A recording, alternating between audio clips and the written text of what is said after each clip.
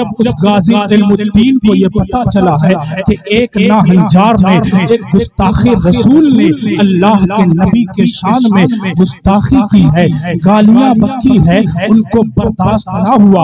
अगरचे वो पढ़ाई लिखाई के एतबार से वो पढ़े हुए नहीं थे, उन्हें कुरान तक पढ़ना नहीं आता था, उन्हें नॉलेज नहीं था, लेकिन सीने में इश्क रसूल भरा हुआ था, इश्क रसूल से सीना लबरेज था।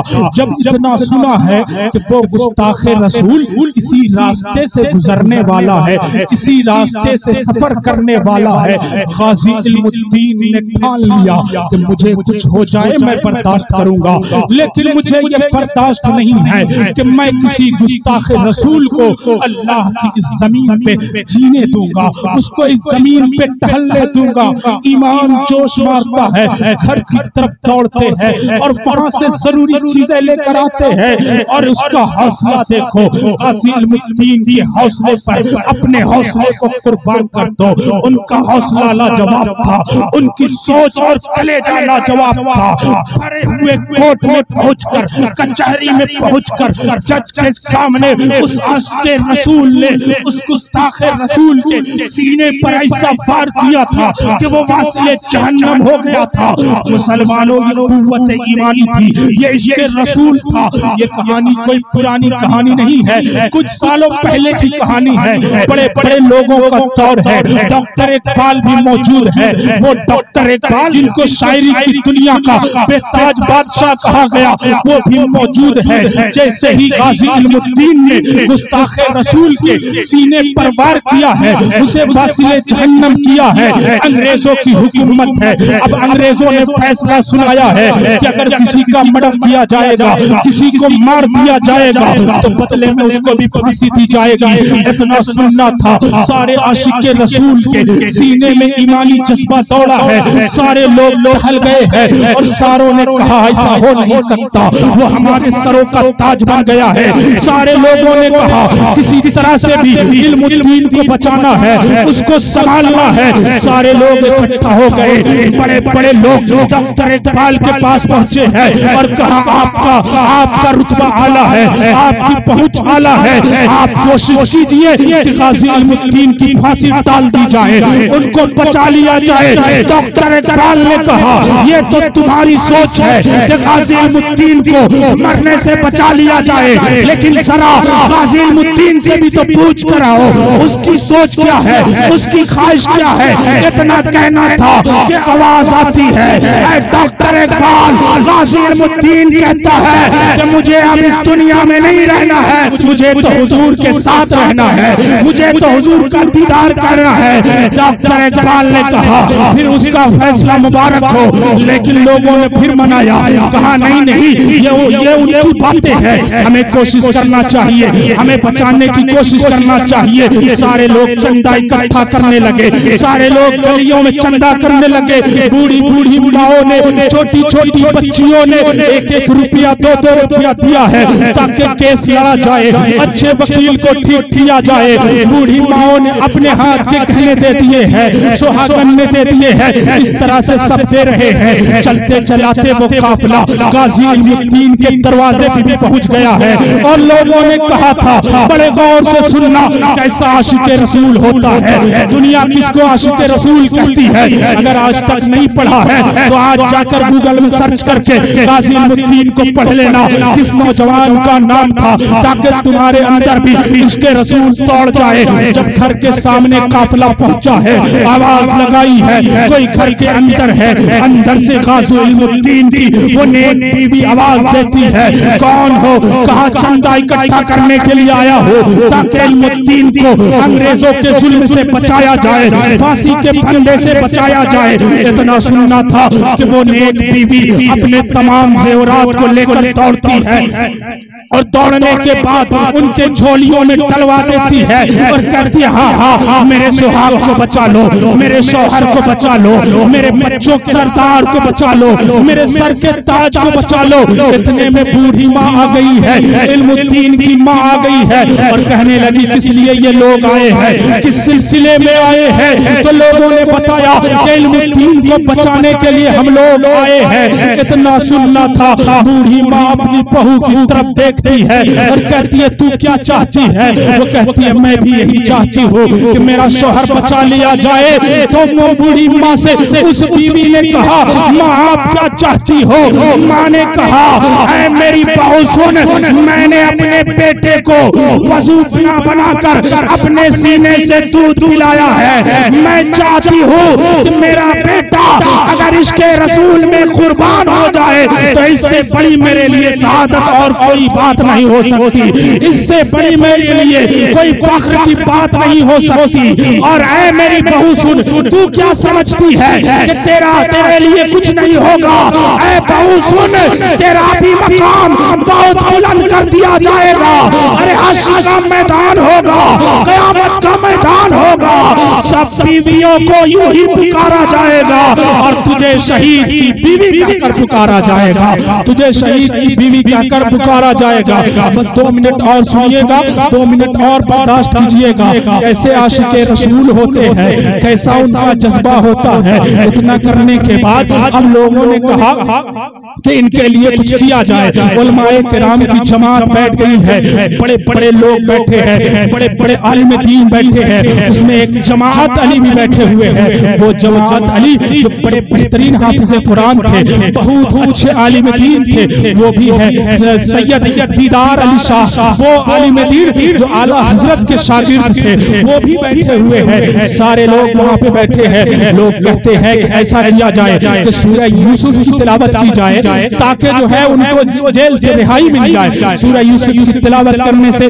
बंदा रिहा हो जाता है। सूरह यूसुफ को पढ़ने का ये एक फैसला लिया गया। तो लोगों ने कहा कि आखिर इल्मुद्दीन पढ़ेगा कैसे, उसको तो पढ़ना नहीं आता। इतना कहना था। जमात अली ने कहा, जो अपने वक्त के बहुत बड़े आलिम और बेहतरीन हाफिज थे, वो कहते हैं कि सुनो सुनो, मैं टॉप का हाफिज हूँ, मैं जेल जाऊंगा, इजाजत लूंगा जेलर से, उसके पास कुरान की तिलावत करके आ जाऊंगा, अल्लाह उसकी वजह से उसे निजात दे देगा। इतना कहा, लोगों ने फैसला मान लिया। वहां भी इजाजत मिल गई। वहां पहुंचे इल्मुद्दीन के पास। क्या देखते हैं कि सजदे में सर रखकर वो गाजी इल्मुद्दीन मुस्कुरा रहा है और कह रहा है, या इलाही मौत तो सबको आती है, लेकिन मेरा नसीब कितना बुलंद किया है कि मुझे मौत आका के नाम पे आने वाली है। इतना कह कह कर वो रो रहे हैं, कभी मुस्कुरा रहे हैं। बड़े गौर से सुनना, इधर से जमात अली पहुंचे हैं। कौन जमात अली? आपको एक बात उनके बारे में भी बता दें, वो बहुत बड़े आलिम थे, देवबंदियों से मुनाजरा भी करते थे। एक मर्तबा 20-25 देवबंदी उनके पास आ गए और कहा मुनाजरा करना चाहते। उन्होंने कहा ठीक है। तो उन लोगों ने कहा कि अपने लिए भी 15-20 आदमी तैयार कर लो, अकेले कैसे लड़ोगे,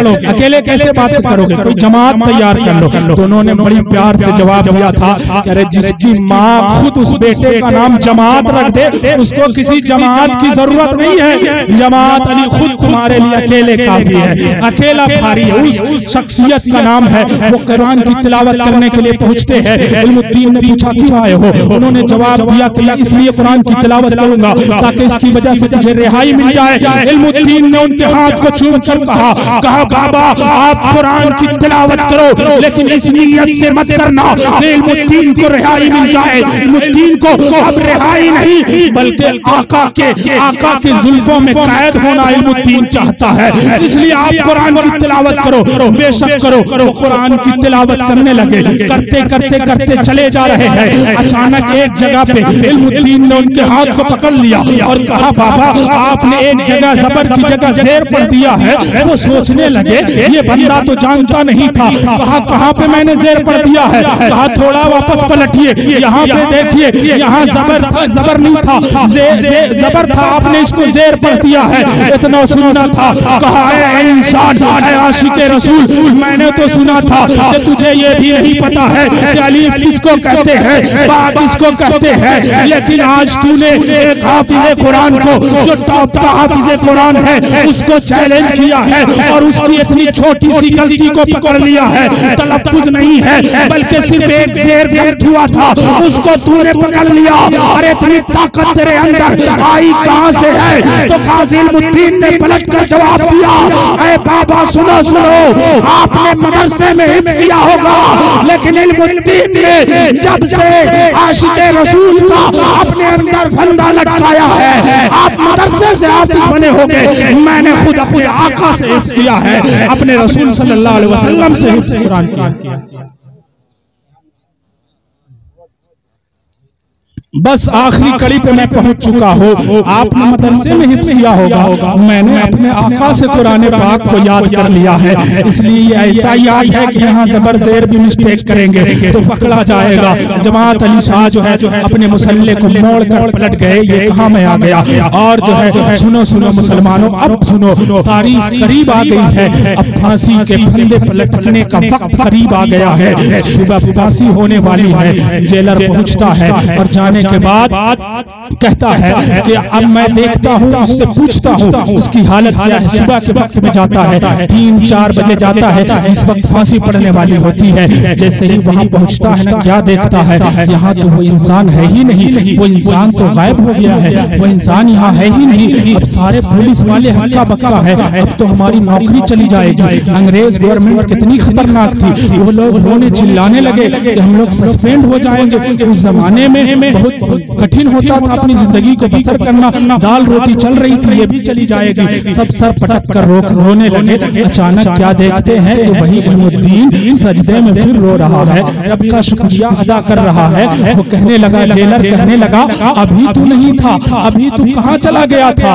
अभी तू यहाँ मौजूद है, बता तो सही। गाजी इल्मुद्दीन ने कहा, ऐ जेलर सुन, अभी मैं यहाँ नहीं बल्कि मैं अपने आका के दरबार में पहुंचा हुआ था। हुजूर करीम सल्लल्लाहु अलैहि वसल्लम के सामने पहुंच गया था। मैं वहां, मुझे हुजूर ने बुलाया था और बुलाकर मेरे सीने पे हाथ रखकर कहा था, ऐ मेरे वफादार उम्मती, घबराना नहीं है और याद रख, जब तू फांसी के फंदे पे लटकना तो तुझे जल्लाद फांसी ना पहनाए, बल्कि तू खुद आगे बढ़कर फांसी के फंदे को पहन लेना, ताकि दुनिया जान जाए कि आशिके रसूल मौत से नहीं घबराते हैं, बल्कि मौत आशिके रसूल से घबराती है।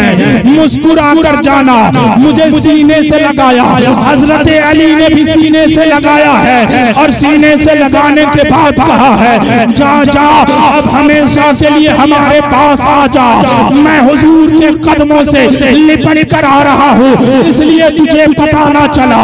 गाजी इल्मुद्दीन फांसी के फंदे को चूम कर दुनिया देख कर हैरान है। बड़े बड़े स्कॉलर देख रहे थे, बड़े मजबूत सीने वालों को देखा था, बड़े मजबूत दिल वालों को देखा था, लेकिन ऐसा शेर नहीं देखा था जो खुद से फांसी के फंदे को चूम कर लगा ले और उस वक्त उसे मौत का खौफ न हो, बल्कि खुशी हो कि इसके बाद हुजूर से मुलाकात करनी है। वो मुस्कुराता हुआ फांसी के फंदे को चूम रहा है। इस मंजर को जब एक सिख ने देखा था तो वहीं पे वो कलमा पढ़कर मुसलमान हो गया था कि वाकई इनका ईमान कितना मजबूत होता है, इन्हें मौत भी हरा नहीं सकती है। इस फांसी के फंदे को चूमने के बाद जब गाजी इल्मुद्दीन शहीद हो गए हैं, जनाजा पढ़ाने के लिए कल तक जो एक आदमी जिसे कोई अपने घर तक मजदूरी न देता हो, आका की गुलामी करने के बाद इतना मुमताज हो गया है कि बड़े बड़े आलिम के दिल में ये शौक है, ये ख्वाहिश है कि काश मुझे इस आशिके रसूल के जनाजा को पढ़ाने का शरफ मिल जाता, मौका मिल जाता, मैं अपने मुकद्दर पे नाज करता, मैं क़यामत के दिन आका से कहता कि मैंने आपके गुलाम के जनाजे को पढ़ाया था। बात चल रही है, सब सोच रहे हैं, बड़े बड़े लोग हैं, डॉक्टर इकबाल है, जमात अली शाह है, दीदार शाह को बुलाया गया और कहा गया अब आप मचलोगे। आशिके रसूल कहते किसको है? दीदार शाह, जिनको मैंने आपको बताया कि आला हजरत के कुछ शागिर्द में से थे, सैयद दीदार शाह उनसे पढ़े हुए थे, उनको बुलाया डॉक्टर इकबाल ने और हाथ पकड़ कर कहा कि जाइए हुजूर आप जनाजा पढ़ाइए। इतना कहना था, उनकी आंखों से झमाझम आंसू बरसने लगे। लाखों का मजमा है, सारे लोग दिल में ख्वाहिश लिए हैं, बड़े बड़े आलिम बैठे हैं, अल्लाह के मुकद्दस वली भी है, बुजुर्ग बनते भी है, हाथों में हाथ डालकर कहते हैं हुजूर मैं इतना छोटा बंदा, आप बड़े लोग हो, आप जाकर के पढ़ाओ, मुझे किस लिए दे रहे हो, मेरा इतना बड़ा मकाम नहीं है, इतना सुनना था। डॉक्टर इकबाल ने कहा दीदार अली शाह आप किसके शागिर्द हो? उन्होंने कहा मैं आला हजरत का शागिर्द हो, आशिके रसूल का शागिर्द हो। तो डॉक्टर इकबाल ने कहा सुनो, एक आशिके रसूल जा रहा है तो उसके जनाजे की नमाज भी एक आशिके रसूल से पढ़ा हुआ इंसान पढ़ाएगा, उनका शागिर्द